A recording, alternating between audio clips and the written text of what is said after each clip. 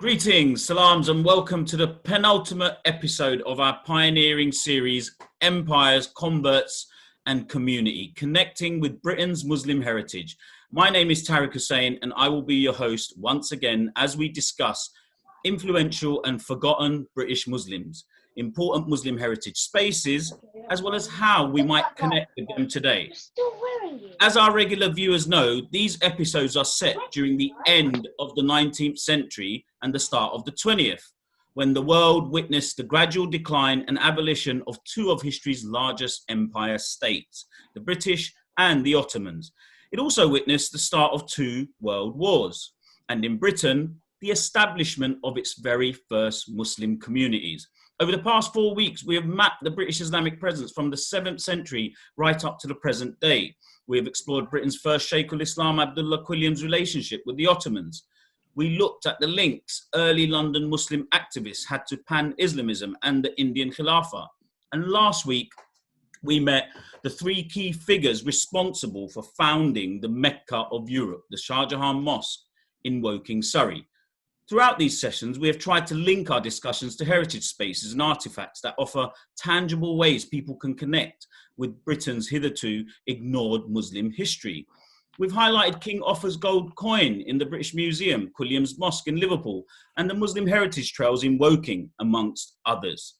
For those of you that have missed the previous episodes, please check them out on the Everyday Muslim YouTube channel, where after next week's episode, all 6 in our series will be available to view.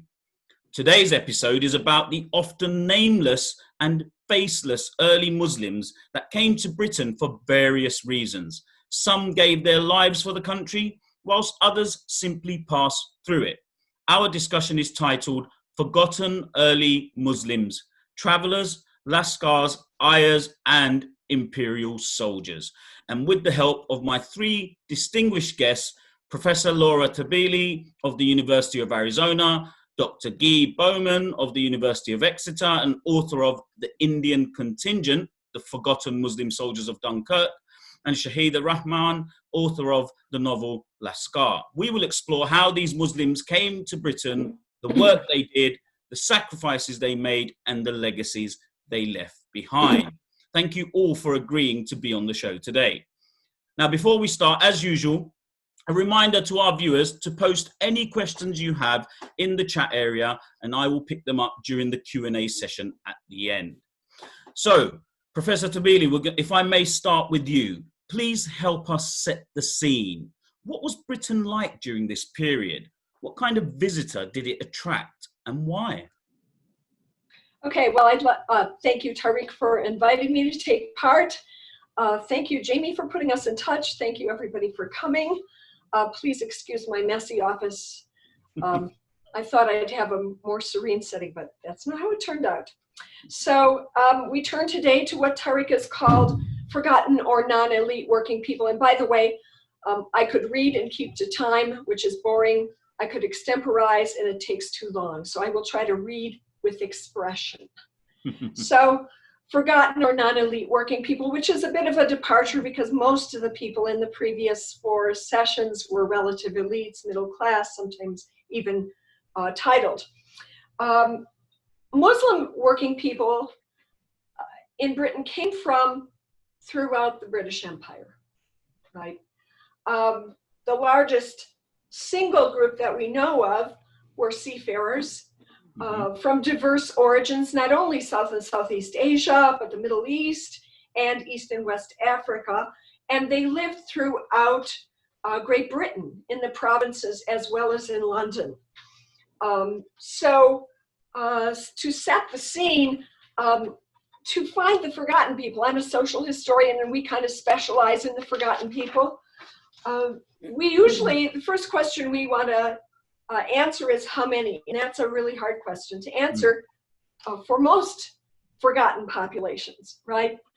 In this case, we turned first to the census, and a young guy from Cambridge recently crunched all the census records, the digitized censuses from 1851 to 1911, and what he found was that the number of people born in the colonies rose from about 35,000 in 1851, or 0.2% of the population, to a little over 200,000 by 1911, but probably more significantly tripled as a proportion to 0.6% of the population, right?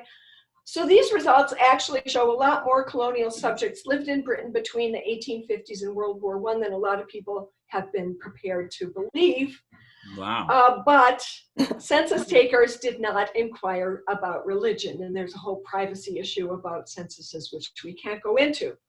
However, judging by the visible groups that we know about, like seafarers, like Ayahs, and the areas of the empire that they came from, I think we can hypothesize that a very large proportion of them were Muslims. Another scholar, David Holland at Sheffield, has adopted a different approach, and what he did was to compile all the marriage records from 1916 to 1947 for the entire country. And what he found was that hundreds of couples in which one or both members, usually the husband, had a Muslim surname. And by the way, that's Muslim surname is a clumsy way of trying to figure out whether people were Muslims in these types of records, right? So he found hundreds of couples in 7 major British cities: London, Cardiff, South Shields, Merseyside, Glasgow, Birmingham, and Manchester, Salford. Okay. So both of these recent scholars have started to push us forward in understanding that. Now, my work has been, current work anyway, is about the major concentrations of colonized seafarers found in British ports from the 1920s onward. And the 3 major concentrations were in Cardiff, Berrydock, which is also in South Wales, and South Shields. And indeed, the bulk of these men, as far as I'm finding out, came from predominantly Muslim areas: Sylhet, Punjab, Northwest Frontier, the Yemen, Somaliland as it was then called, and West Africa. So we can begin to see a shape, and we are not anywhere near the answer to that question, and that's why more research is needed, and it's wonderful that so many people are getting involved. Also, as far as we know, apart from Ayahs, this population was predominantly men. Okay, how were they attracted to Britain? Well, they came here in the course of their work, so I don't know whether attracted is quite a way to think about it. Of course, Ayahs were brought here as servants by British families. Here, I say here, I'm in Arizona, but you're in Britain. Brought to Britain by British families. Seafarers, ships would dock in Britain and Europe, and it's been estimated that about half of colonized seafarers at one point or another found their ship docking in a British port. And then, of course, soldiers that Ghee is going to talk about in the course of their national service, which was, of course, Imperial service. Now, just a few things. I know that Shahida is going to talk about Lascars, so I'm not going to go into I don't have time to go into detail. But in any case, about approximately, it's not well known, I think, that approximately 1/3 of all the crews on British merchant ships were confined to this type of labor contract called Asiatic articles. And Asiatic articles, or as kind of being on Asiatic articles, was what made you a Lascar, right? Although it's a term we don't like to use because it's kind of a pejorative term. Scholars kind of think it's kind of like calling someone a coolie, right? It's not nice. So that's why I don't try not to use it. But in any case, this is a huge subsidy to the British merchant shipping industry to have 1/3 of your crews earning 1/5 of a British seaman's wage. They can be worked unlimited hours. They're confined to the very poor living conditions, diet, and so on, cheap to feed because and so on. So this is a huge subsidy to the shipping industry. The definition of Asiatic articles is, I'm quoting, agreements for natives of Asia or East Africa which open and terminate in Asia, but in fact included actually in the 19th century, 10% were Chinese, 10% were Southeast, 20% were Southeast Asian, 10% were from East Africa and the Middle East, and about 60% from South Asia. So on the other hand, once a man had left his ship and decided to stay in Britain, he wasn't technically a Lascar anymore. In the 19th century, as I think Shahida will probably tell us, a lot of Lascars were abandoned in Britain, and there was a huge scandal. The East India Company and then other would just dump these men and not take care of them. But in the 20th century, what I found is most men who left their ships did so voluntarily, right? They wanted to stay in Britain. And when they did, they pursued 3 or 4 major courses of action. Again, as far as I can tell, as far as we can tell. Most of them signed right back on another ship, except at much better working conditions, at 5 or 6 times the pay. You can live in a nicer part of the ship, blah, blah, blah, right? A minority joined the land-based labor force. Again, David Holland has surveyed the whole, basically, of a huge network of peddlers, mostly South Asian, that extended from England into Scotland, and which was turned into quite a big business by the 30s. A lot of guys who had been in the catering crews on ships became cooks.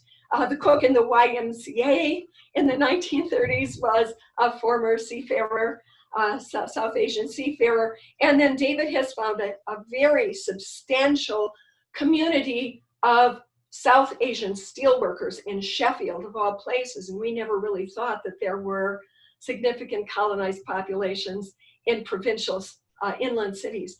And there are lots of Yemenis, but no one's even explored those. So if somebody here is thinking about an MA thesis or a PhD, go look at the Yemenis in Sheffield. So what was Britain like, Tariq asks? Well, the short answer was officially the British government was not very welcoming or hospitable to working colonized people. And in fact, they didn't like poor people in general. That's what the 1905 Immigration Act was, to keep out poor people, poor Jews from Eastern Europe. But in particular, the British government, as we know, was heavily influenced by the shipping industry. A lot of, it was the shipping industry, you know, MPs, members of the cabinet, head of the Board of Trade, Walter Runciman was a ship owner. And so they heavily influenced the British government to try to contain this captive labor force as an underpaid, super exploited labor force by confining them on these Asiatic articles or other types of legislation. Asiatic articles originally passed in 1823 were not repealed in full until 1963.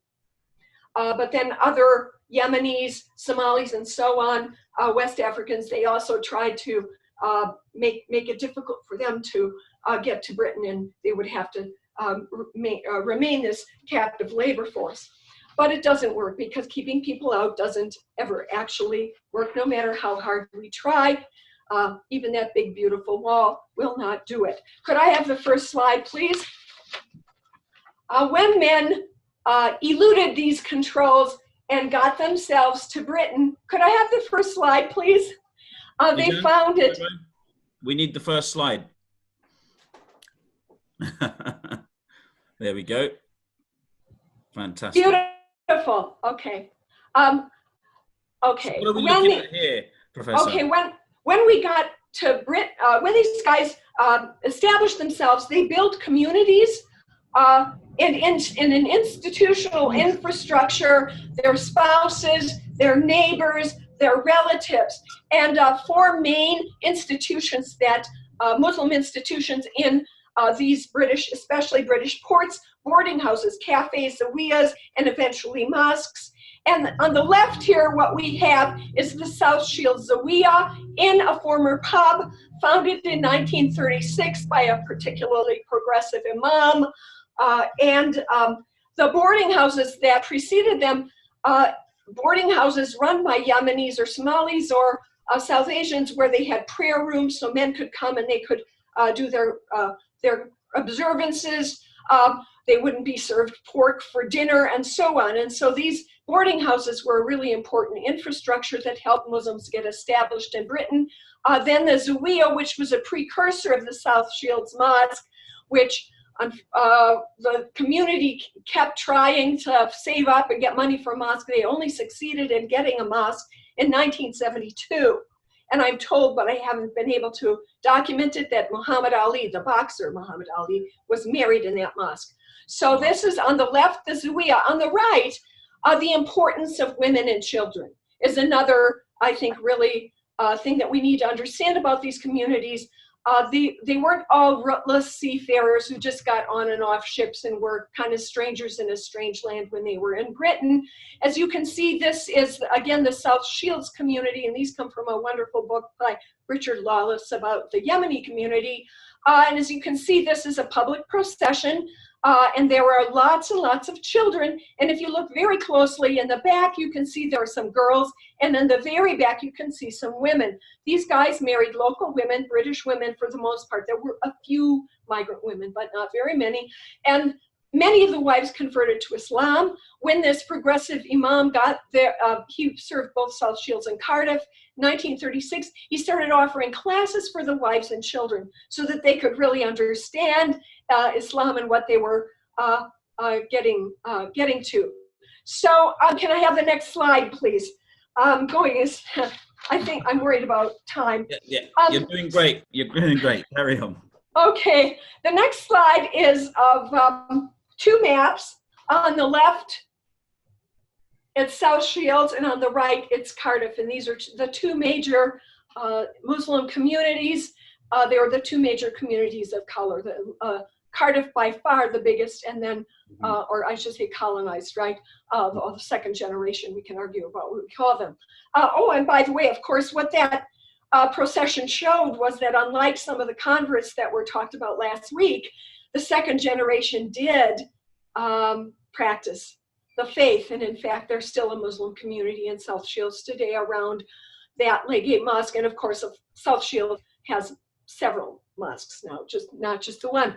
So on the left, what we can see here is Holborn, which is conventionally thought of as the maritime district. It was a very mixed district, and it was also, as you can see, the largest concentration of Muslim surnamed households in the town. However, as you can also see, there were such households were scattered around most of the town except for the most suburban parts. And pay attention, this is Holborn, which is the oldest part of the town. And then this is Legate right next to it, and this is where the mosque is. Now in Cardiff, this is originally came from Kenneth Little, who was interested in people of African descent, but this map comes from Halliday's Arabs in Exile, and this shaded area, specifically the Yemeni community, but there were also South Asians and other Muslims in Cardiff.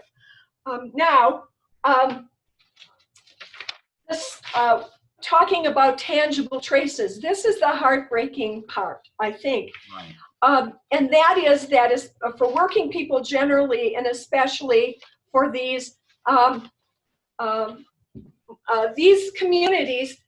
To my dismay, the tangible traces of both of these communities that we can see clearly on this map are not just forgotten. They were erased by slum clearance.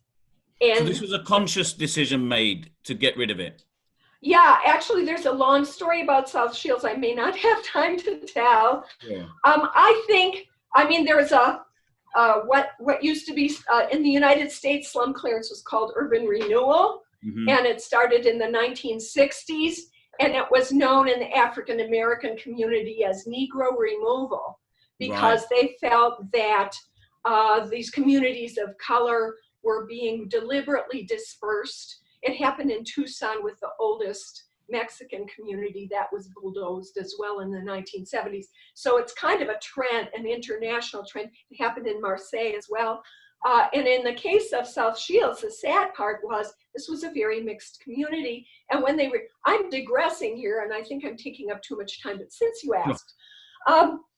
But there is something that has survived, hasn't there? Because one of your pictures points to that. Yes, so all the residential housing is gone. And even some of the streets are gone. Although I have the slum clearance maps, and if someone has cartography skills, I'd love to get together with them and reconstruct that community, because not only are the streets the streets gone now, but they don't appear on the ordnance survey. They didn't appear on the ordnance survey maps then either.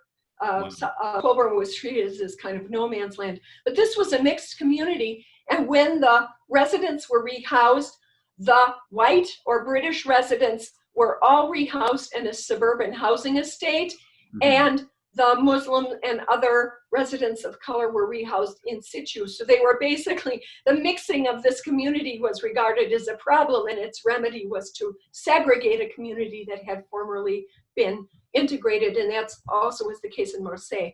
So, however, there are some tangible traces. Indeed. The next slide. Next slide, please. Yeah. And here we have something that is still standing. And it says here, it's the sole surviving Arab boarding house of one Ali Said and his wife, Mary Ellen. Now, before you tell us about this, Professor, just very quickly, are you aware of the earliest record of a temporary or informal prayer space in these communities? Do you know where that was? Or? Lawless had identified that, and I simply didn't get round to going back. But several boarding houses had prayer spaces, and Cardiff did too. And I have the address on record. I just ran out of time to incorporate it into. So quite possibly this boarding house would have been one of those where there would have been an informal prayer space as well. It might have been. This boarding house survived because it's not in Holborn. It's in a nicer part of town. I believe Ali Said and Mary Ellen lived in this house, but I believe they also rented rooms. They owned two other boarding houses in Holborn, and both of them have, of course, been obliterated. But yes, I could do a little research, and I could furnish you with please addresses that's been a some topic of the discussion for a while amongst many of our academics and historians here, so we'd love to know a bit more on that. And the next slide also shows something that we can still visit, even if it is merely just the docks. So if we can go to the next slide, Professor, if you can just quickly explain that image, because that's quite a nice image of the sailors and the local sailors and the Arab sailors all mingling, right? Yes. This is what's called the Mill Dam in South Shields, and in Bute Town there's a similar area. The residential housing was defined as slum housing, bulldozed, replaced with council housing, but in both cases the more imposing institutional buildings were preserved. And this is the custom house, the square one. Here's the custom house. The Union Hall is there, preserved. The Seamen's Mission is there. So some of the more imposing public buildings were preserved. So one could presumably hang a blue plaque somewhere in this area and say, there was a very substantial Muslim community here that is no longer here. So yeah, this is the modern version, which is now basically like a tourist attraction. Many important events happened at this mill dam. This is where the men massed to get jobs. And they also, there were 2 riots on these docks, and a young woman called Naama Lamri is doing some research on that. I'll connect you with her. A final thing I want to say is Cuthbert Street, where the Zawiya was, right? Not only is the Zawiya gone, but Cuthbert Street has been wiped off the map. You cannot, maybe if you were a local person and you could kind of figure out what all the I lived in South Shields off and on for almost 2 decades, but Cuthbert Street is gone. So you couldn't even put up a blue plaque and say, the Zawiya was here in the 30s and 40s, because the street itself has been wiped off the map. And so this is the vulnerability, I think, of the forgotten, is that they're not only vulnerable to being forgotten, but vulnerable to being erased. And that's why this project is so, so important. And I'm so grateful that people are doing it. Well, thank you so much for that sprint through that heritage and trying to set the scene. I really do appreciate you going through it in that speed and pace, and I must apologize again for having to rush you in that way. And now we're going to go over to Dr. Bowman. Now, the focus of your new book is a specific group of Imperial Muslim soldiers, Doctor. Now tell us, what is their story? So if we could have slide 5, please. Then you'll see these guys. So these are Muslim Indian soldiers from the Punjab who came to Britain, well, to France initially, and then to Britain in the beginning of the Second World War. So there we are. This is, so they were called, collectively, they were known as Force K6. And they Sorry, what was that? Force K6. K6. Letter K, number 6. And they arrived in December 1939, and they were attached to the British Army who were facing the Germans in northern France. And when they arrived initially in Marseille on December 26th, there were 1,723 of them. And there were 4 companies of mule transport companies. And each company was kind of like a self-contained unit. So it included a lot of mule drivers, like the guys you see in the photo, but it also included carpenters and cooks and barbers and, bisties. Self-contained unit, essentially. Exactly. And a mulvey. So every company had its own mulvey who was responsible for leading them in prayer. And in this photo, you see what they were there for. So you'll see there's 6 carts, and each cart is drawn by 2 mules. And then with the mules, there is a driver. So this is a section. This was led by a lance naik, a lance corporal. And their job was to provide the kind of frontline transport. So the last 1 mile to the front line was filled by some of these guys. And the reason they were called upon in 1939 was because there was a skills gap in the British Army. The British Army at that stage had no more mule transport. There was a slogan which was "not a horse in the force." So the British Army was entirely reliant upon motorized transport. And when they realized that, in conditions, you can see the mud in this photo here. This photo was taken in January 1940. So in conditions which were muddy or particularly steep or frozen, and that was a very bad winter, or in conditions when they needed to be very quiet, they couldn't use engines. So they needed some mule transport, and they went to the Empire for it. So these guys, they started out in Punjab in beginning of December 1939. They went by train to Bombay. They got onto very large troop ships, went across the Indian Ocean, through the Suez Canal, the Mediterranean, arrived in Marseille in December 26, 1939, and then were posted to different parts of France. This company that we're looking at here, they were posted right up in the north near Lille, in the north of France. Right. If we go on to the next shot, so this is, that's interesting. It hasn't quite changed. We can see the majority of it, and we've got these. I find this picture fascinating, Dr. Bowman, when you sent it, because we've got what look like the Muslim Indian soldiers along the front, and we've got what I can only assume are British men and women behind them. But interestingly, you've also got the children in the laps of the soldiers. What's going on with this picture? Exactly. Although this is French. This is French men and women. So this is still in France. This is 21st of April, 1940, which was Milad Nebi. So this is the birthday of the Prophet. They were having a gymkhana. They were having a celebration, as they did often. This was in a little sort of village north of Lille, a sort of suburb. This is a series of these photos that are in the Imperial War Museum. They're official war photos. And the previous photos in this series shows listening to the radio. They're making music. They've got a doll and they're dancing. They're dancing Bhangra in northern France, which may well be the first time that Bhangra was performed in France. I don't know. Indeed. And they're kind of doing some trick riding with mules.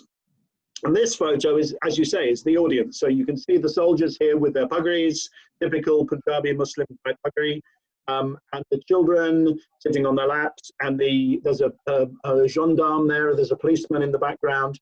There's a woman in the middle who's clapping very enthusiastically, and you can see she's got really awful teeth. This is a really, the quality of the photograph is great. I love this photograph. And as you say, they're kind of, there's no barriers here between the Indians and the French people. There's no kind of sense of racism or division there. They are together. And one of the things this makes me think of is that phrase which is used, which is winning hearts and minds. Right. people use that phrase when they're talking about British Army in Iraq or the British Army in Afghanistan, you know, that they're kind of wanting to make friends with the local people. Well, here we see that, but the other way around. Here we see these, you know, Muslim soldiers from northern Punjab who are coming to Europe, and they're winning the hearts and minds of the French civilians. And this is before they've actually seen action, so to speak. Is that right? This is 19 days before the Germans attacked. Right. So this is like, you know, it was a very poor winter, very bad winter. This is when it's late spring, the conditions have improved, you know, people are starting to feel kind of more relaxed, you know, they've got very good relationships. Shortly after this, a large group of them, well, no, a group of about 20 of them went to London on leave. Major Akbar was one of their officers, so he was a Punjabi Muslim himself. And they went to London and they visited all the sites, and they visited the London Fire Brigade, and they went to the Woking Mosque, and there's some lovely photos of them taken at the Woking Mosque there. And then on May the 10th, the Germans attacked, and they were evacuated. In this case, they were evacuated through Dunkirk. But this picture, I think for me, one of the kind of the great things about these guys was that they made these really strong, positive relationships. So I'm going to tell you a little, and so they came to Britain after Dunkirk, and they spent 3.5 years in Britain. And because they were always these kind of mule troops, they were working in mountainous areas. They were in Wales, they were in Scotland, they were in the southwest of England, where I live. I'm in Exeter. And so they were not, you know, they weren't generally in the cities, they were in rural areas. So one of the places they were posted is a village called Leg. And if you've heard of Leg, then you're quite special, because Leg is a very haven't heard of it. Small village in the north of Scotland. It's north of Inverness, a very pretty little village. And they were posted there a couple of times, and they were there in Christmas of 1942. And they made some very strong relationships. And the villagers of Leg gave them a party, and they all got together and they sang, and they play, one of these guys played the bagpipes, and he played Auld Lang Syne on the bagpipes, which is an extraordinary, wonderful kind of cultural transformation there. And the secretary of the Women's Voluntary Service, who was called Isabel Fraser, I'm just going to read you a bit from my book. She wrote to their commanding officer afterwards, and she said, I won't try and do a Scottish accent. She wrote to the commanding officer, and she said, Leg is bleak and deserted now that they are gone. And the empty stables are a mute reminder of the happy faces and busy figures that were ever seen there. The children have lost their good companions, from whom they were never separated during the months of the Indian sojourn in Leg. And the great majority of firesides have an empty chair tonight. No Khuda Hafiz is softly spoken as the door closes on the beloved Indian friend. Leg is a village of memories, she wrote.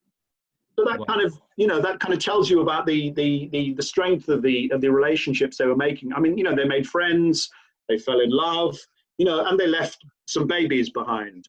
There were at least 8 babies who were born, one of whom I've met. He's now a gentleman of 70 something. And his story, I haven't got time to tell you his story, but it's a great story. So you chose to focus on this particular unit, for want of a better phrase, because of because of the impact they had on the people that were around them when they came over to obviously fight for the British? Yeah, and because they were unique. You know, there were 2.5 million men in the Indian Army in the Second World War. About 40% of them were Muslim, and they, you know, they were posted in North Africa and in Burma, but these guys were in Britain. You know, these guys are really unusual. They are in fact the only unit of the Indian Army ever to be posted in Britain. And so they had that kind of international experience the other way around. You know, there were so many British soldiers who were posted out to India for 200 years and more. But these guys went in the other direction. And yes, because of these great relationships that they made. So, but also, if we go on to the next slide, please. So they also left behind some some of their numbers. So there are about 65 of them buried in Britain, in France, in Germany, and in South Africa as well. And at the moment, I'm doing a series of tweets. So if you're on Twitter, you can find me at Ghee Bowman. And I'm doing a tweet every day. That's right. Yeah, I've been following them, and you've been sharing the pictures of the actual graves and also little snippets about the individuals. And there's not much, you know, in some cases I know very little about the individuals. You know, as Laura said, it's kind of, this is, you know, forgotten history of working class people. But there's enough information. There's a little bit of information about all of them. And I visited all of these graves. And, you know, and each of these graves, you can see one of the graves there in the photo. They have an Arabic inscription. So it says Hoa al Ghafur, excuse my terrible Arabic, and Inna lillahi wa inna lillahi rajiun. Yeah. That's the same on all of the graves. They're all graves which are maintained by the Commonwealth War Graves Commission, and a lot of cases the local British Legion as well. And this photograph, this is only 2 years ago. This photo, this is in a place called Kingusi, which is in the Highlands of Scotland. And there are 9 of them buried, which is the largest concentration of graves from Force K6. And they had their hospital nearby. That's why there are 9 of them there. And these graves are looked after. There's a local woman called Isabel Harling who has been looking after these graves since 1947. And she's still looking after these graves. She's now 90 something years old. And she was recently awarded the British Empire Medal for what she does. You know, which is an extraordinary act of selfless care. The reason she did it is because her brother died in the war and is buried in Belgium, and because she wanted to do something for these boys, as she refers to them, who were buried here in the UK. This photo is from Remembrance Day in 2018, November 2018, and you see the island soldiers in the background, and in the foreground you see 2 army chaplains. Indeed, that's the Muslim chaplain for the army there, who I know quite well, and he's not just been there. Obviously, he's also done the rounds on the other graves that are buried up and down the country, and there are lots, aren't there? Because of course, it wasn't just in World War II that Muslim soldiers featured, was it, Dr. Bowman? Indeed. Should I talk about World War I? Please, yes. Okay, I haven't got a photo to go with this. But, no, that's fine. Yeah, so this photo, stay on the previous one, I think, for the moment. Maybe we'll come on to that. Anyway, so in World War I, there were around 1.5 million men of the Indian Army who were involved with the British, fighting with the British. Again, around 40% of them were Muslim, although, yeah, something like that. And there were quite large amounts who were on the Western Front. So in the Second World War, the guys I'm talking about were the only ones who were sent to France. Only, you know, that's nearly 4 million soldiers, of which 40%. Now we're talking close to 2 million Muslim soldiers that would have fought across both wars. Yeah, that's right, exactly. And yeah, exactly, about 4 million altogether. So in the First World War, there were 4 divisions who were sent to the Western Front. They fought in France, and they were there right from the beginning. The first Victoria Cross from the Indian Army went to a guy called Khudadad Khan, who was a Muslim from Punjab, and he got his Victoria Cross in October of 1914.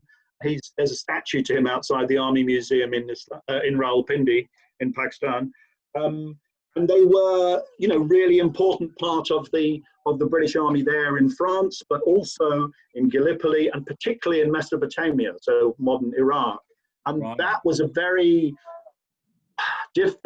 interesting conflict because, of course, in Mesopotamia they were fighting against the Turks. They were fighting against the Ottoman Turks, who were also Muslim, and so that kind of made a lot of difficulties and a lot of challenges for men who were, you know, if they were really seriously Muslim, that they were fighting against other Muslims.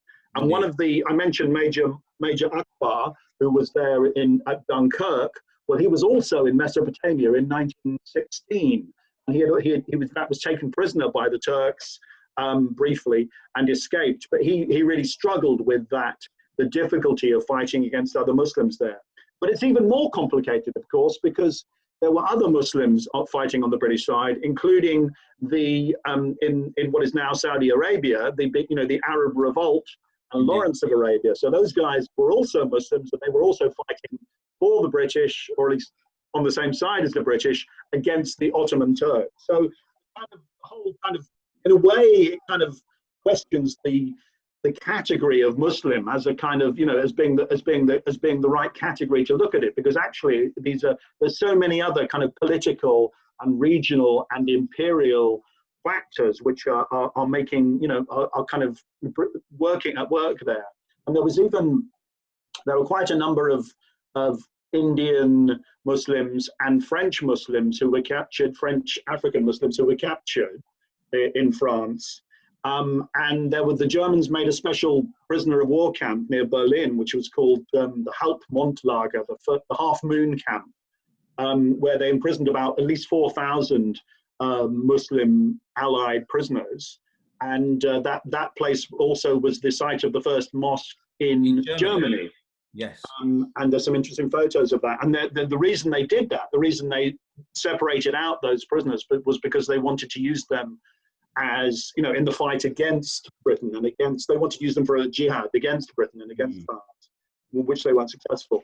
And then, of course, the other thing in the First World War is, of course, the graves in Woking and in Horsell Common, which have been so beautifully restored in the last few years.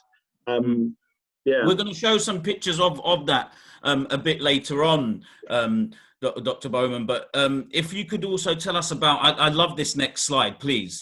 Tell us about that poster there, because clearly it's trying to show some kind of unity and solidarity here. Exactly. So this is from 1941. It's a poster designed by a chap called William Little. And in the front you've got a Canadian RAF guy, you've got an Australian, you've got a White Briton, you've got a New Zealander, you've got a South African, and then at the back you've got an Indian who might be by the look of his pugdy, he's a Punjabi Muslim, but by the look of his beard, he's a Sikh. So it's kind of, I'm not sure. And then behind him, you've got an African guy who might be from East Africa or West Africa. So, this is a propaganda poster, very kind of much saying, this is the empire together.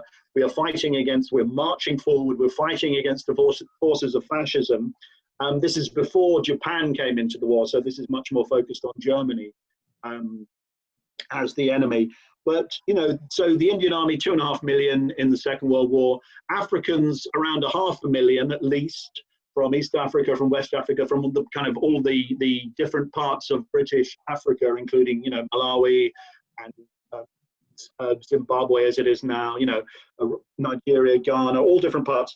And Ashley Jackson, who's a British historian at King's College London, he says, that every campaign that Britain fought during the Second World War was fought for imperial reasons. It was always about empire, and a lot of the battlegrounds were on imperial territory. So the first Allied victory in the Second World War was in East Africa, where Mussolini and the Italians had occupied Ethiopia, and then a kind of a British Empire Commonwealth force took Ethiopia and what is now Eritrea back, and most of that force was made up of African soldiers, a lot of whom were Muslim, from Kenya or from Sudan or from Egypt or from Somalia, and coming together to get rid of as this poster tries to reinforce, of course, this idea that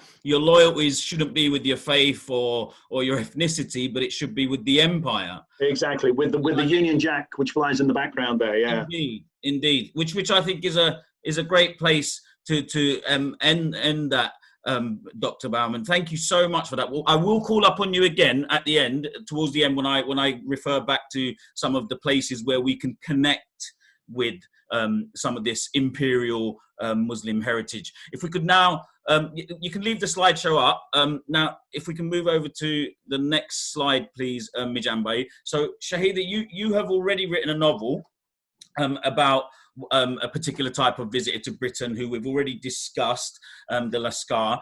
And I understand you've just completed the draft of your second novel, which is about Ayahs. So given the fact that you've been looking into the lives of these types of forgotten, faceless individuals, and you've done it in a way where you've been rather creative, could you give us an insight into the life of a Lascar, maybe using, the imagined character in your book or something?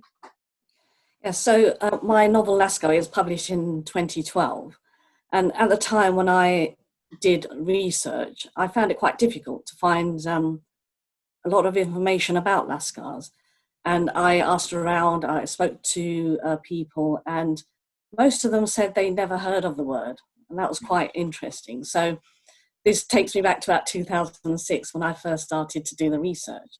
So when we talk about Lascar, it actually comes from 3 words. So you've got Lashkar, which is the Persian word for military, army and camp. You've got Al-Askar, which is the Arabic word for guard or soldier. And Lascarim, the Portuguese word for Asian militiaman or seaman. So when I talk about Lascars, I refer to them as seamen. So a lot of people think that Asian people started to arrive just after the war in the 60s and 70s, but in fact, they date back to the 16th and 17th centuries. And we had a lot of Asian men, particularly men, who came and they practiced as lawyers and doctors and politicians. So they were the biggest South Asian workers in England at the time. And I'm going to particularly talk about Lascars in Victorian Britain, because that's where I did most of my research. Mm-hmm. And they were known as the Asiatic in England and the East in the West. So we don't really talk about the word Asiatic anymore. It's a very old word, but these men were known as Asiatics. Do you want to bring on the first slide, if that's okay? Mijambo, can we have the first slide, please? After Dr. Bowman's ones? That's the one, yeah. Okay, so this very nearly became the cover of my book, because if you can see that these are actually Lascars who are working on a ship. So I'll just tell you briefly about what led these men to actually come and become Lascars and actually work on to join these boats and work. Yes, so basically they came from the East Indies, Africa, Middle East, and Eastern Asia. But I'm particularly going to talk about them coming from East India. So you have to remember, East India is now present-day Bangladesh. Bangladesh became independent in 1971. So when these men were invited to work on British steamships, so you have to remember that they weren't forced to work on these ships. They were invited to work on these ships as employed seamen. So they were sold a story of they'd have a good life, they'd earn good money, they'd visit rich foreign lands. And that was very tempting for them. They thought, this is really good, especially when East India was suffering at the time. There was famine. And if someone was given that opportunity at the time, of course, they would go for that. It was a way out. Yeah, absolutely. And it started in the days of the British East India Company. So this dates back to the 17th century. So they were recruited by a sarong, which was an agent. So an agent would get a group of Lascars together. So they weren't hired as individual sailors. They came as a group of sailors. So some of them could have been hired from a particular village, lots of men at the same time. So the East India Company, they wanted to establish these trade routes. So initially, Englishmen worked on these ships. Because the sickness and death rate was very high, because it used to take about 3 to 4 months for them to travel from East India to England. So you can imagine that's such a long time. Indeed. And when they did dock in England, these Englishmen, they abandoned ship, they didn't want to travel anymore. So obviously they had to fill the gap. So this is where Lascars came in. And they were employed under Lascar agreements. So these sailors could be transferred from one ship to another, and they could be retained in service for about 3 years at any one time. So just moving on. So as I said, no, I want to keep on this slide. So I was just going to say, when they're working on these ships, so these ships ferried back cargo such as tea, coffee, sugar, silk, and porcelain back to Britain. So, as shipping increased, so did the number of Lascars. But they were promised their passage home. So none of them really had the intention of settling in England permanently. But they were also paid much less than the British seamen. So most of them worked in the engine rooms, they were stoking the engines, and the temperatures could easily reach about 40 degrees or more. But these men were considered to be able to stand the heat of the engine rooms because and considered they came from potentially hot countries. disposable as well.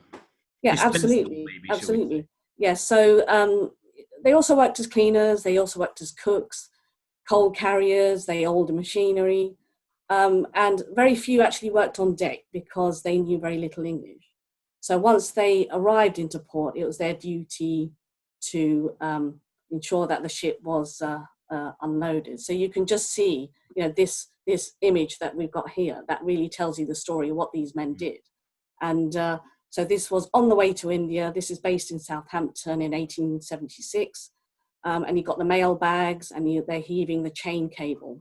So what I found interesting was I never really found a photo of a group of Lascars working at that time. I think most of them were based on illustrations. So when I wrote my novel, it was based on these illustrations where I would try and imagine what a life would be like for a Lascar seaman. But you did say that you came across some documentation by some of these individuals. One or two of them did write down almost like a diary type entry thing. Yeah, no, absolutely. So it was based on diaries, but what I also looked at was the Old Bailey archives, where some Lascars were actually on trial. Some of them, it could have been a Lascar who was murdered, so you can actually see it online, actually, if you go and have a look. And you can get an insight of the life of a Lascar on a ship and what they actually went through.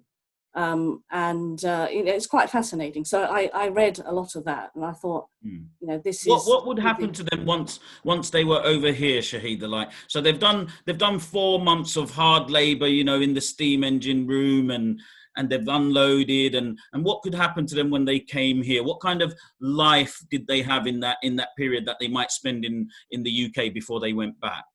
Yeah, so a very difficult life, actually. So can we go to the next slide, if that's okay? Yeah, there you go. Okay, so I just wanted to say that, Lascars were quite badly treated on ships. Okay, so there were stories of Muslim Lascars where they had pigtails rammed into their mouths, they were forced to eat pork. And it was very, very difficult for the lives that they actually had. And I think most of them they just wanted a better life. So when they did arrive here, most of them jumped ship. They didn't want to go back to India. It was they had 3 or 4 months of harrowing life of difficulty. They were also fed with rotten food because it was difficult to keep food fresh during that time, especially when they're on ships for about 3 to 4 months. So a lot of them suffered from health problems. So when they did sort of land in England, obviously they jumped ship and they looked for ways of surviving, really. So a lot of them, they lived lives as basket makers, peddlers, cleaners, artists, beggars, and even musicians. They used to dance in the street, sing in their own language. And I think basically just doing whatever they could to make money and scrape a living. Absolutely, and they had no choice. What else could they do? And also living as a Muslim in Victorian Britain, it was quite challenging, very, very hard. They were seen as aliens. They faced a lot of prejudice, and some of them, because of that, they actually converted to Christianity because they thought it would be easier to live a life as a Christian in Victorian Britain. It's quite difficult for them, but they became destitute, and some of them went to live in local workhouses. So a lot of them they did settle in London's Dockland areas. And is that what this picture is? Is it from there?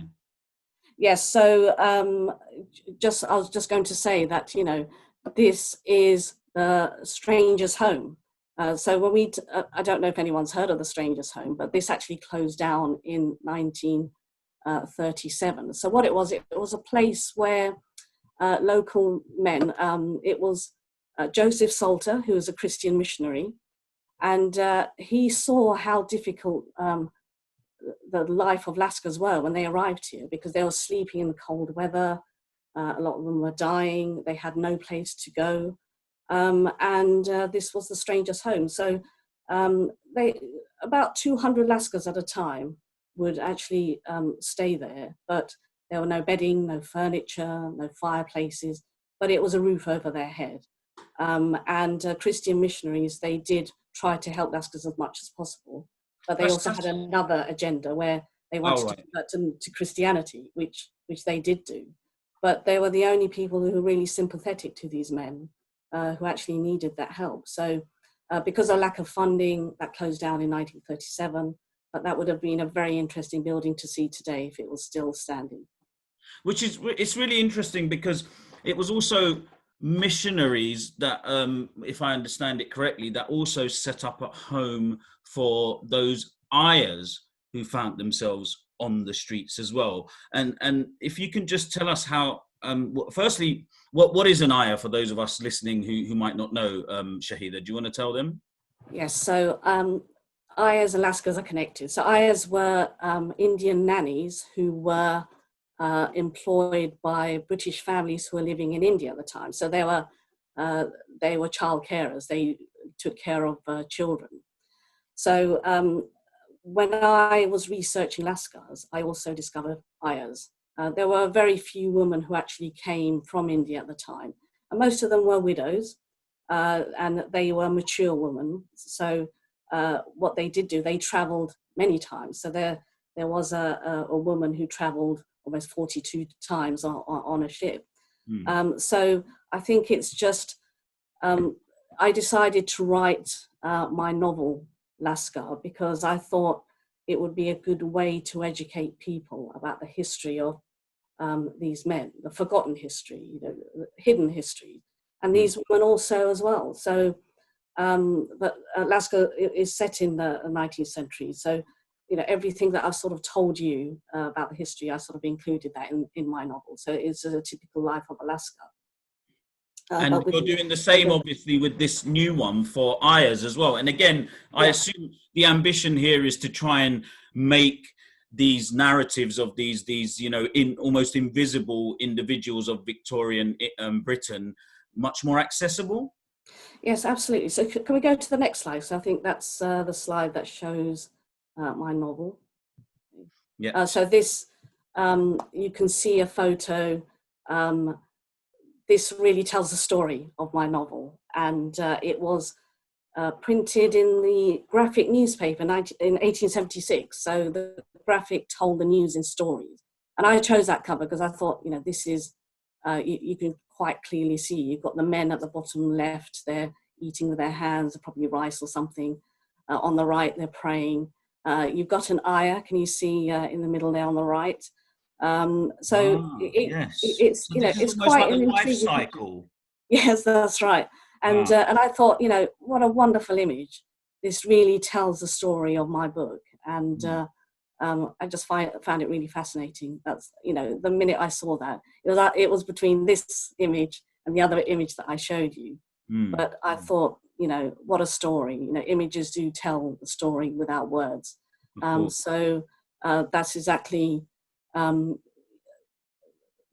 why I decided to choose that. And it was from this research that you obviously came across the Ayahs, and you've got a lovely picture on the next slide, haven't you, which shows the Ayahs in what became the Ayahs' home.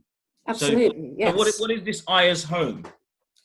So the Ayahs' home, so this was in Hackney in East London, and this picture was taken about 1901, but an Ayahs' home was set up around about 1814. So what happened was the same as Lascars, these women, when they came to Britain, a lot of them were abandoned. You know, it's the same story. They were abandoned. They had nowhere to go. How would they have fended for themselves? And it was very, very difficult time for these women. So a home was set up. So it was a place where they could go, they could sleep. There were other women together. So you can see they're all, I think they're sewing, or, you know, it's a group of women together. You know, the image just says it all. You know, it's, again, there were foreign women in a foreign country. Many of them wanted to go back home. And so what happened was sometimes they used to get themselves advertised in their local paper, because advertising that they wanted to work as an ayah, and they also wanted to go back to India as well. So that was one way to try and get a ticket home, is to ask to be recruited by a wealthy family who was maybe headed to India. Yeah, absolutely. And it was a difficult task. But again, you know, these women, Lascars and Ayahs, they did suffer a lot, and it's because they were seen as foreign, as aliens. And I can say with Laura earlier, when you mentioned that word coolie, and these women were called coolies, and also with Lascars, they were known as darkies. You know, it's just these words that, you know, obviously we don't use today, but they did face a lot of prejudice. Of course. And so that's why I based my second novel. It's called An Ayah's Choice. It took me quite a few years to complete that, but I wanted to tell the story of an Indian ayah and her journey to Britain. So this was based set in Edwardian England. But again, it's hidden histories in a fictional novel where people don't pick up history books just to read them. And I thought, you know, what a good way of educating people through a story. And but that's why I told that. Yeah. Yeah.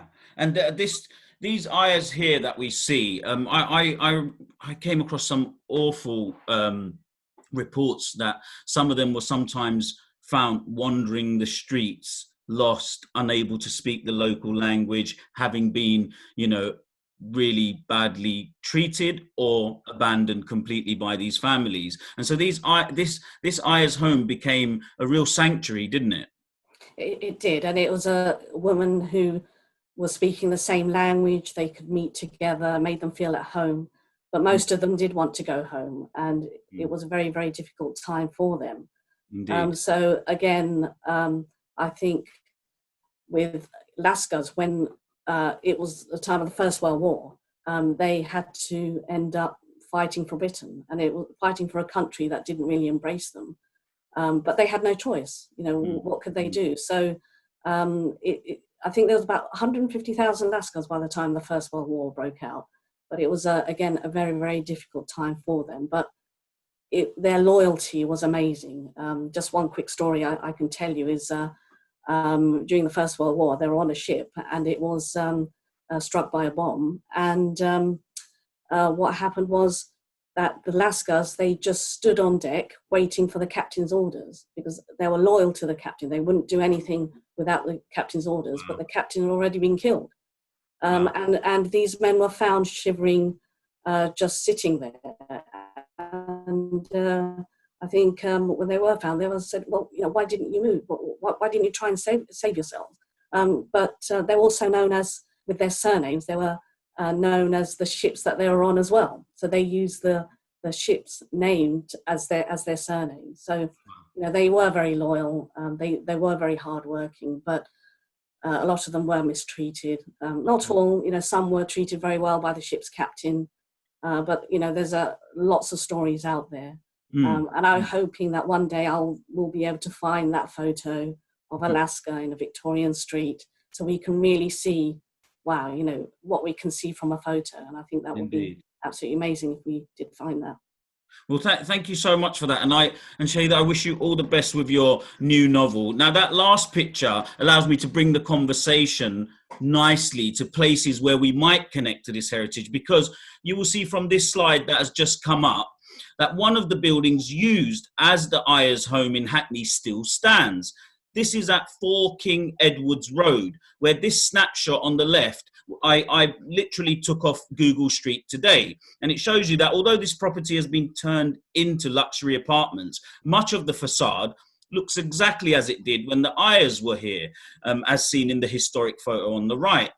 And my understanding is there is a campaign underway to install a blue plaque here to acknowledge this.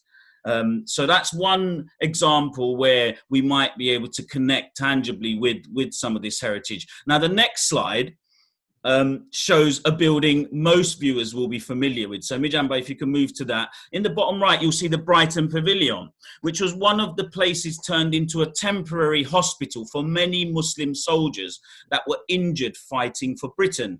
Today, there is an exhibition inside the building acknowledging this, which features this photo, the main one, of the soldiers being treated in the building's music room. And in the bottom left of this slide is the India Gate. Now, that's quite an interesting feature because not many visitors to the pavilion know this, but that is not an original feature of the building, as it was actually a gift to the people of Brighton sent by India to thank them for caring for the Indian soldiers during the war. And I just want to bring Dr. Bowman back in. Can you tell us a bit about these hospitals just very quickly before I move to the next slide, Dr. Bowman? Is he with us or is he on mute? Hello. Okay, we appear to have gone to the next slide. I think Dr. Bowman might not be able to answer right now for technical reasons. But this next slide shows... Now I can. Now you can. There you go, sir. Actually, let me finish with this slide, sir, and you can talk about both. Okay, so this next slide shows one of the final resting places, which Dr. Bowman did mention earlier. And one of the final resting places of many of the Muslim soldiers who died fighting for Britain. It was called the Woking Muslim Military Cemetery. And it was commissioned in 1915 for reasons that I'm going to probe Dr. Bowman for in a minute. And these days, it's known as the Peace Gardens, after the bodies of the soldiers who were once buried there were moved to the main cemetery in Brookwood. And you can see some of those graves there along the bottom. Now, this space has been repurposed as a memorial space. And I just want to ask Dr. Bowman about this space. Is it true this was built in response to some very interesting German propaganda? Yeah, I mean, the thing is that because there was a large amount of Indian soldiers in France, about 130,000 from 1914 onwards. And if they were, when they were injured, when they were wounded, they were brought back to the south coast of England. So that's why they were in Brighton and other towns around Brighton. There were a number of kind of temporary hospitals that were set up for them, and some of them died. And so and Brookwood was a cemetery where, in fact, they would bring large amounts of bodies, and they were unloaded from the train and buried straight away. So those are bodies of white British guys as well as the Indian soldiers. This place was set up indeed because of this kind of propaganda that was happening from the Germans about, saying that the Indian soldiers are not being treated well when they die. And this was established it's about a mile from Woking Mosque. It's sort of you can see the trees in the background. And it's a very beautiful setting, very serene now. But apparently when it was first built, it wasn't that much to look at, shall I say, when it was first put together. And it took a bit of a tongue lashing from the local imam before things got rearranged. I don't know that story myself, Tariq. No, I'm not aware of that story. So that was that. Yes, that's something I recently came across, where apparently when it was first set up, when it was first built, it was just this kind of marked out space with a wooden perimeter of sorts put around it, and I don't know if it's factual, but the story goes that the local imam sent a letter, a very angry letter to the people who needed to hear this, to say that these people go and die for you in this way, and this is how you bury them, shame on you, kind of thing. And apparently after that, this beautiful structure was commissioned.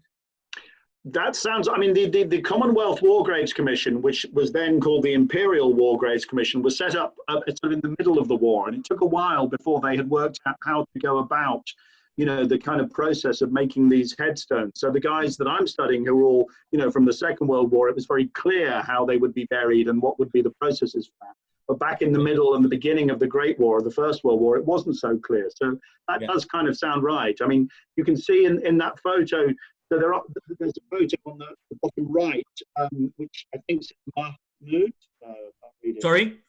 Is he Mahmoud, the guy in the bottom right? Marup Shah. Marup Shah, okay, so he's in the Navy. I can't quite make out the badge, but there are some Second World War burials there, including some French ones as well. But they're mostly First World War burials. That's in that grave.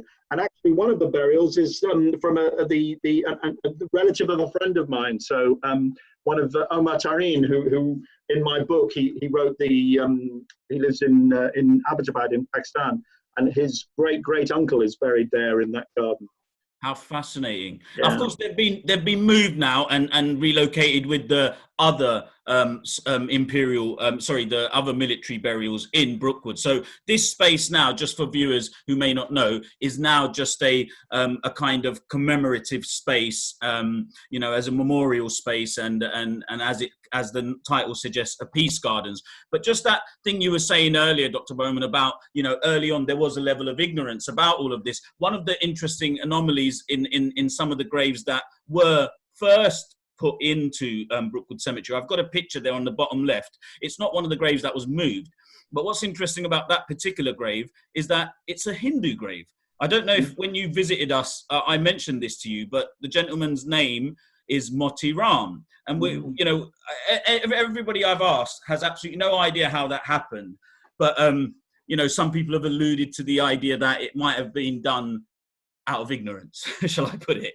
So, I mean, certainly the Hindu and the Sikh soldiers who died in Brighton were cremated on a hill above Brighton, and there's a permanent memorial to them now, which is which is quite a good place to visit as well. But that's very interesting. Yeah, the Chhatri is up on the hills, which makes this particular gravestone all the more confusing. Yeah. But anyway, thank you for that, Dr. Rahman. I'm now going to try and take some of these questions, because I'm conscious that we've enjoyed this conversation so much I've completely ignored people's questions. So let's have a look.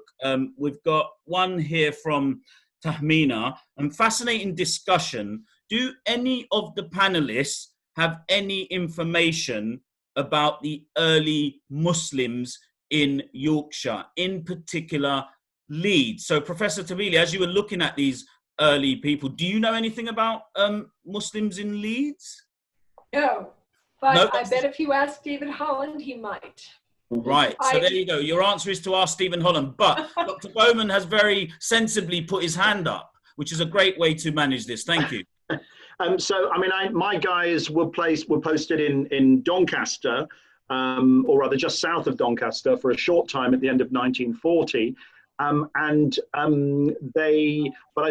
recently came across a researcher in York, whose name I will remember in a minute, who has done a lot of research into early South Asian migrants to Yorkshire in general, including Leeds. But I mean, I think it's true that places which we now associate with being kind of Muslim centres, if you like, in Britain, go back to the time of the First World War, or the Second World War, that they weren't the centres. It was Woking, it was South Shields, Cardiff, to some extent London, but it wasn't Leicester, Birmingham, Leeds, Manchester, Bradford, those kind of places. I will remember that woman's name in a moment. I'm just going to look it up. Thank you for that, Dr. Bowman. Now, I've got a question about what are some of the sites associated with Lascars in London or in other ports outside of South Shields? Because obviously, Professor Tabili, you've made it clear that a lot of that has disappeared. So that's one question, and they've got another question. So let's tackle that one first. Do we know of any sites associated with Lascars in London? Shahida, are you aware of any? There's the Lascar Memorial, I think, somewhere in East London. I don't know precisely where, but I think with Lascar memorials, they seem to be more visible than what they used to be, because I think people are more understanding what they are. Right. But as I know, it is definitely in East London. So Right. I'm sure we can find it on Google quite easily if we... Fantastic. If any others come to mind, Professor Tabili, just let me know or put your hand up, because I can see you doing that now if need be. The second half of that question, or the second question from that gentleman was, is there a list of military cemeteries where Muslim soldiers from the First and Second World Wars are buried? And Dr. Bowman, you're probably best placed to answer that. Yes, I mean I've got a list of all the guys who were buried.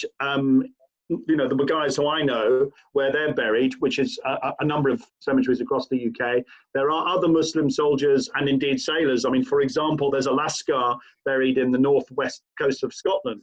But the best place to go is the Commonwealth War Graves Commission. They don't necessarily have a list of all of them, but certainly you can do it by putting in, Muhammad or Khan or Shah into the search box, but that's a bit imprecise. But if anyone wants to email me, they'd be most welcome. Equally, Amina, who was asking about Yorkshire, I can't find the name of the person in York, I'm afraid. So if she would like to email me, I'm on gb350exeter.ac.uk, then I would be happy to find that. Equally, military cemeteries in the UK, yes.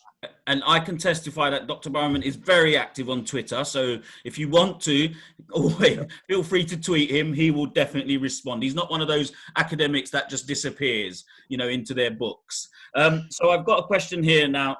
I think it's more of an observation, because we're trying to do that now.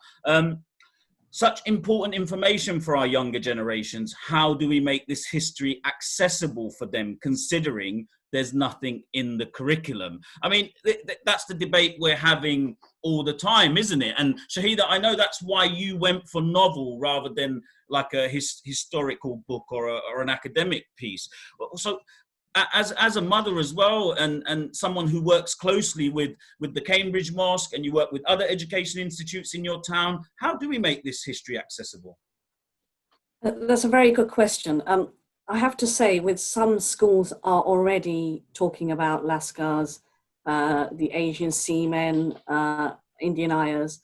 I know a couple of schools have done that in Cambridge, and I think it's a difficult one, because it's trying to get it into the curriculum. I think with, things are slowly changing. I think Lascars are being recognised more, the Indian contribution is being recognised more.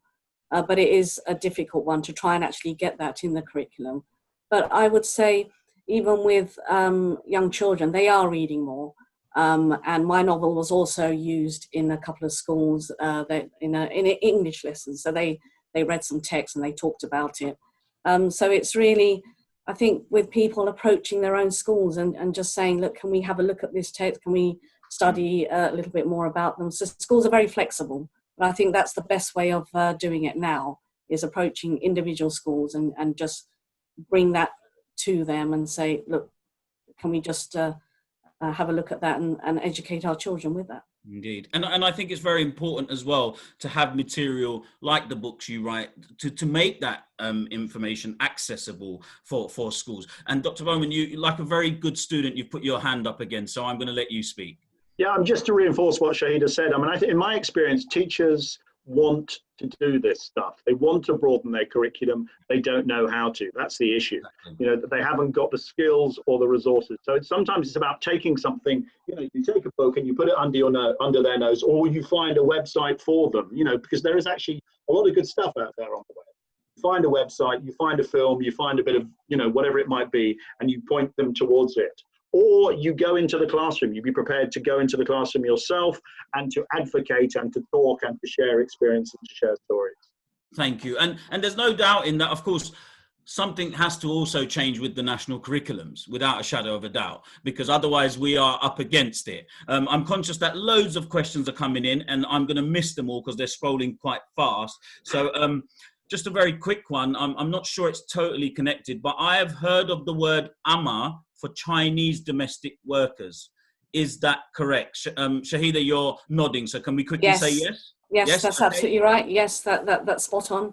Thank you. This is for Professor Tabili. Could you expand on the quote-unquote myth of the first mosque in the UK being in Cardiff in 1860? apparently this person's Cardiff friends keep mentioning this, but he doesn't know anything about it. Can you expand on it? Well, I wish I could, but I can't either. It's the first I've heard of it. Yeah, it's a myth that I've heard doing the rounds as well. So we can't clear it up in this amazing episode, I'm afraid, guys. Next question. Did the various Lascar communities mix with each other, or were they segregated?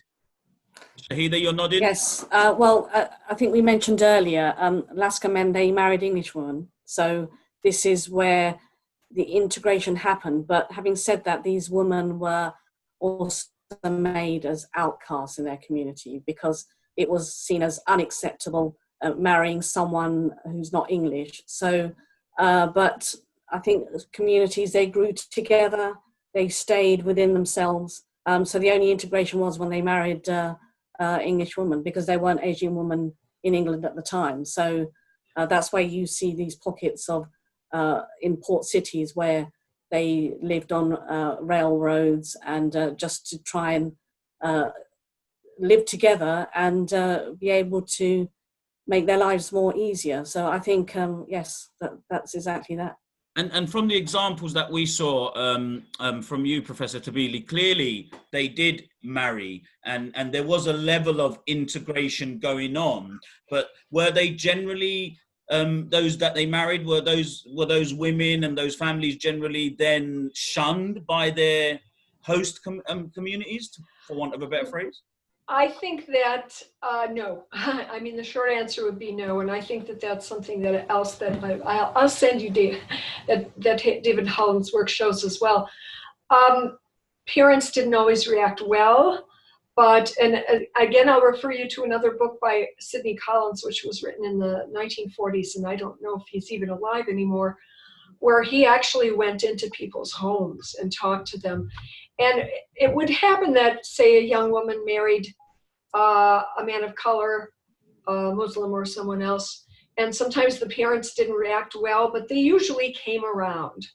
And in fact, there were a number of cases where 3 or 4 sisters from the same family would marry men of color, sometimes relatives, because the men themselves liked that idea of marrying their, well, my brother will marry my wife's sister. We know she's from a nice family, and so on.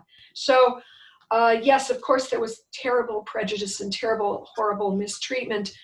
But at the community level, both in Sheffield and in South Shields, there was a lot more mixing than you'd think. And even that photograph of that procession, for example, the community had to get a parade permit to do that, right?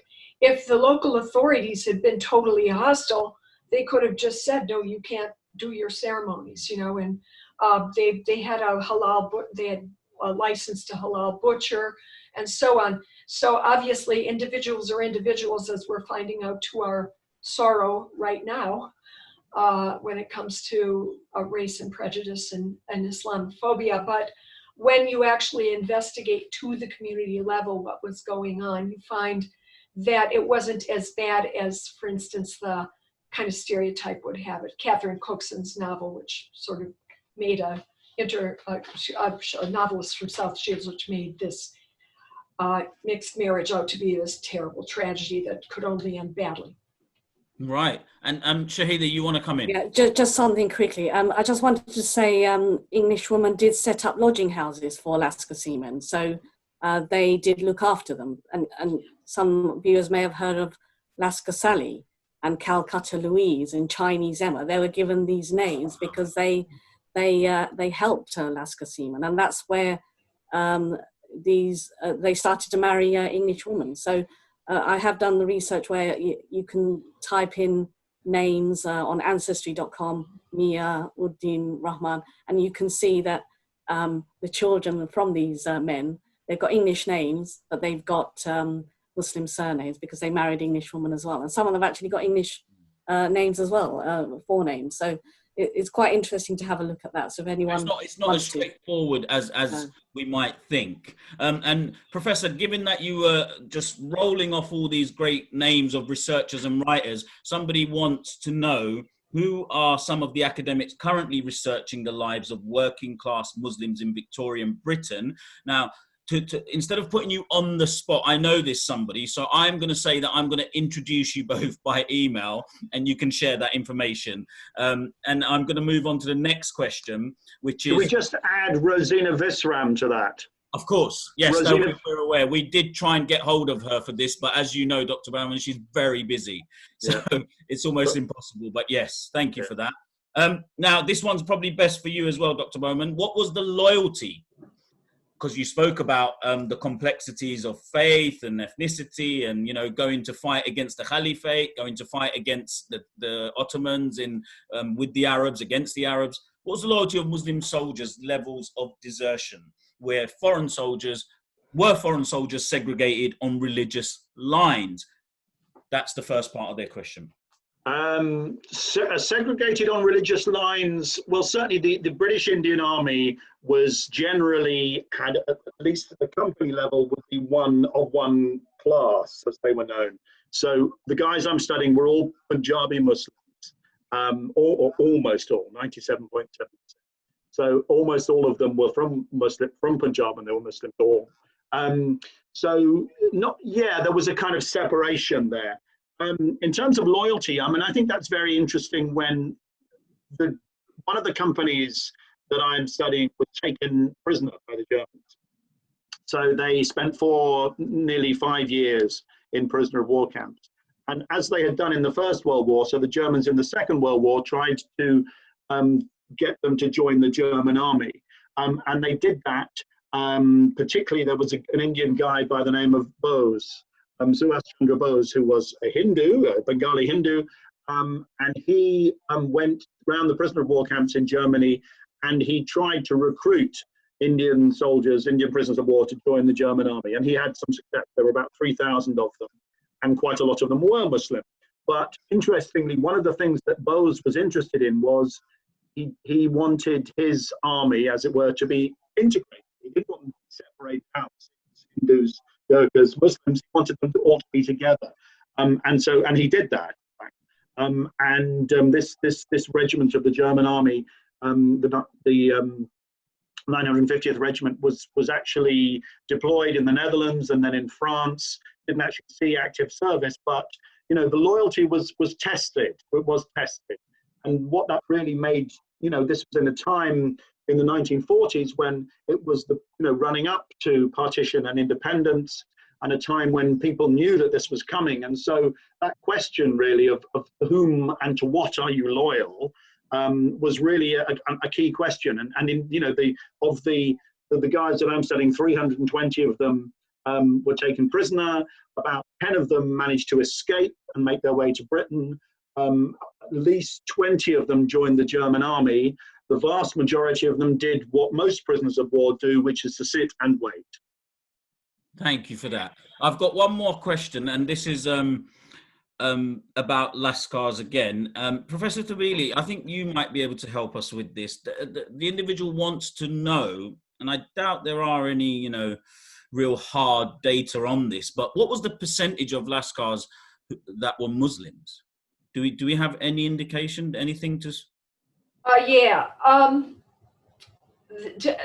There's a myth that deck crews were Hindu and stokehold crews were Muslim and catering crews were Goan and therefore Christian.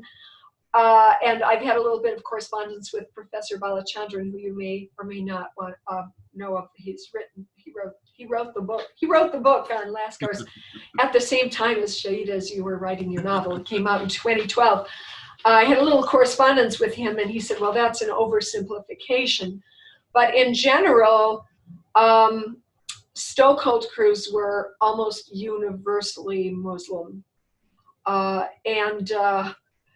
Deck crews remained diverse. Deck sailors were a little bit more skilled and more respected. And of course, you get to be up on deck where you can breathe fresh air.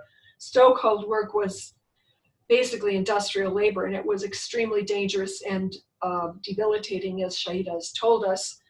And it tended to be, this is based on Professor Balachandran. I'm sorry, I talk with footnotes. Balachandran and also Rabia Huya, who's at Bremen, I think, in Germany.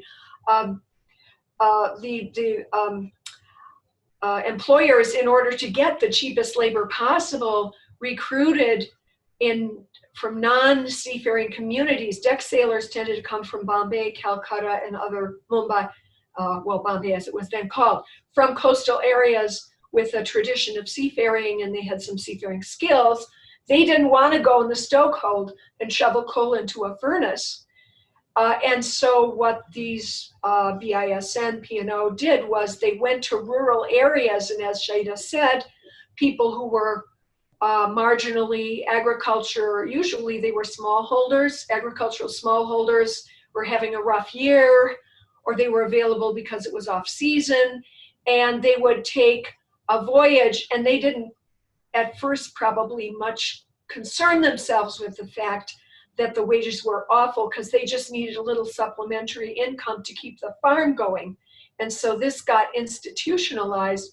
And so they went to Punjab, they went to Northwest Frontier, and they went deliberately to Sylhet. Deck sailors tended to be from the coastal areas of Bengal, and then they went to Sylhet to find stokehold crew. Yeah. Thank you for that very thorough explanation. And on the, we're gonna call time on the questions. Otherwise, Mijam will absolutely go nuts if I can keep on going. So thank you all for your questions, and please don't forget to join us for our final episode at 6 p.m. next week, when we shine a light on the gender so often overlooked in almost all historic narratives, women. Our three experts will be discussing Britain's first Muslimers by offering a glimpse into the lives of some amazing early British Muslim women, and discussing the roles they played in helping to establish Islam in Britain. Now, before I thank all our guests, Mijan, if you can put up the last slide, we have a special announcement. Clearly, this series has induced a real interest in our nation's Muslim heritage, and we have been inundated by requests to do guided tours of the heritage trails we developed in Woking. Despite explaining to people that these are self-guided trails, it's apparent some of you would like to be taken around and shown this heritage in person. And so we are now considering holding guided highlights tours of the trails in August. Consider it a staycation, seeing as most of us will not be going anywhere this summer. However, because we are aware that not everybody is comfortable meeting in person, and some of you are not even in Britain, we are weighing up whether to hold the tours physically, virtually, maybe even both. The guided tours will be paid, ticketed events where, as the developer of the trails, I will guide you through the trail highlights either in person or virtually. But we will only organise the tours if we get enough real interest. So if this is something you would want us to do and you have been badgering us, please email info@everydaymuslim.org, which is up on the screen, making it very clear which type of tour you are interested in: physical, virtual, or maybe even both. So while that stays up on there, that's it for this week, folks. Thank you all again for joining us. Thank you to our guests, Professor Tabili, Dr. Bowman, and Shahida. We hope you all have a great evening. Goodbye, salams, and see you next week. Bye-bye.